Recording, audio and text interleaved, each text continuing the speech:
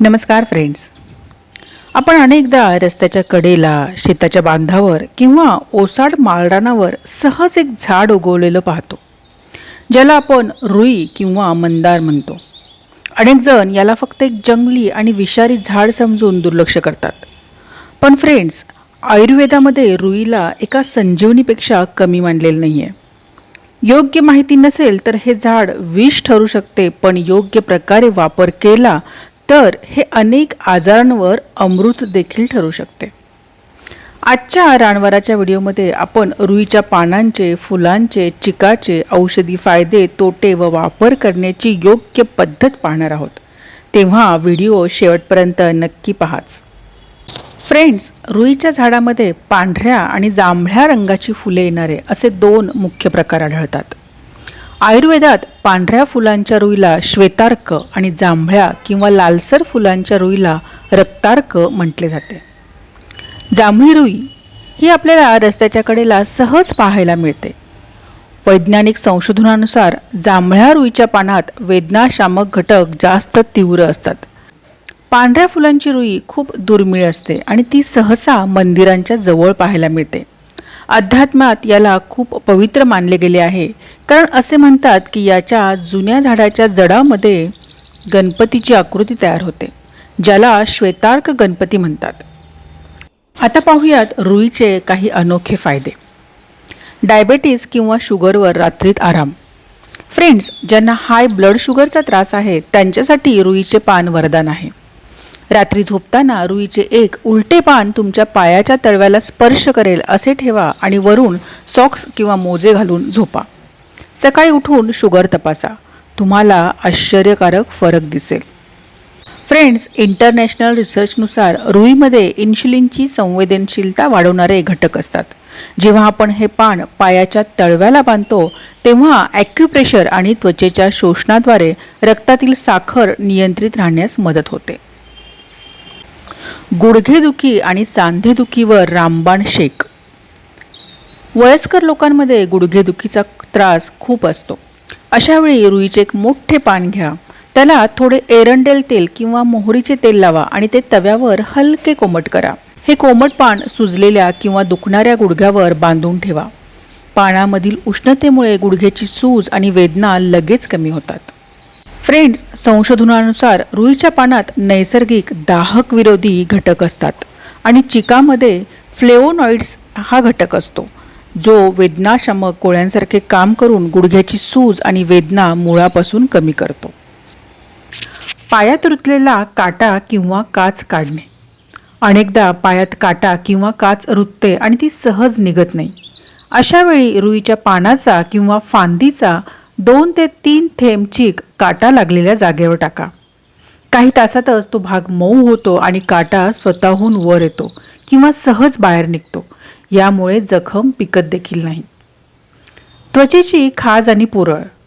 शरीरावर जुनाट खाज, पुरळ किंवा नायटा झाला असल्यास रुईच्या चिकात थोडे खोबरेल तेल किंवा मोहरीचे तेल मिक्स करून ते मिश्रण प्रभावित त्वचेवर हलकेच लावावे. टाचदुखी किंवा पायाच्या गाठी. जर तुमच्या पायाला कुरूप झाले असेल किंवा टाचा खूप दुखत असतील तर रोज रात्री झोपताना रुईचा ताजा चीक त्या भागावर लावावा. काही दिवसातच कुरूप मऊ होऊन निघून जाते. फ्रेंड्स, रुईचे फायदे तर आपण पाहिले, पण फायद्यांसोबतच रुईच्या झाडाचा आपल्या धार्मिक संस्कृतीशी आणि विशेषतः बजरंगबलींशी खूप जुना संबंध आहे. दर शनिवारी किंवा मंगळवारी हनुमानाला रुईच्या 11 पानांचा किंवा फुलांचा हार घातला जातो. यामागे 2 मोठी कारणे आहेत. आध्यात्मिक कारण. हनुमानजी हे भगवान शिवाचे 11वे रुद्र अवतार मानले जातात. महादेवाला रुईची फुले अत्यंत प्रिय आहेत. त्यामुळे शिवाचे रूप असलेल्या हनुमानाला प्रसन्न करण्यासाठी रुईचा हार अर्पण केला जातो.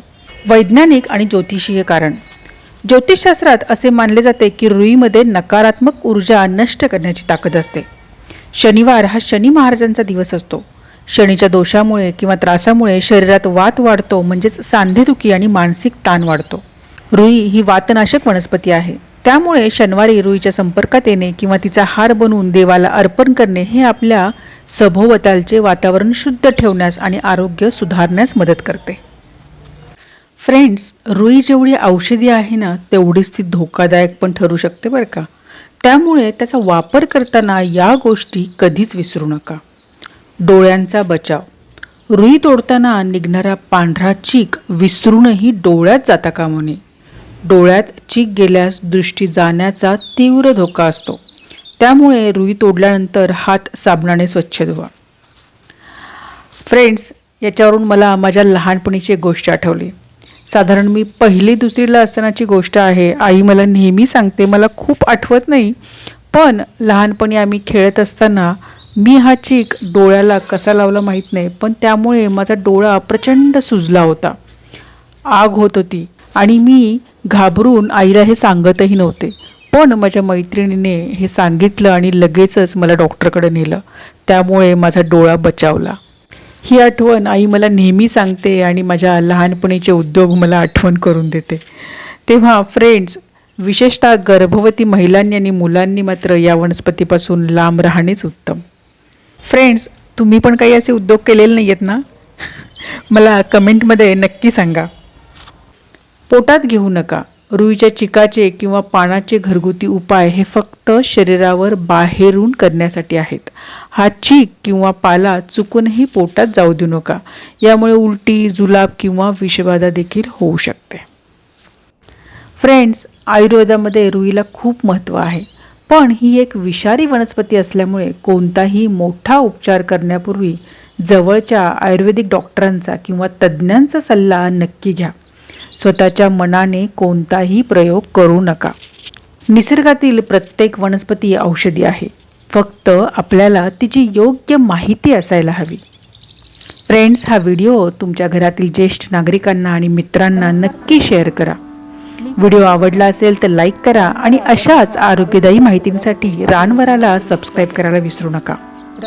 त्याचबरोबर बेल आयकॉन दाबा, जेणेकरून येणाऱ्या नवनवीन व्हिडिओंची माहिती आपणापर्यंत लगेच पोहोचत राहील.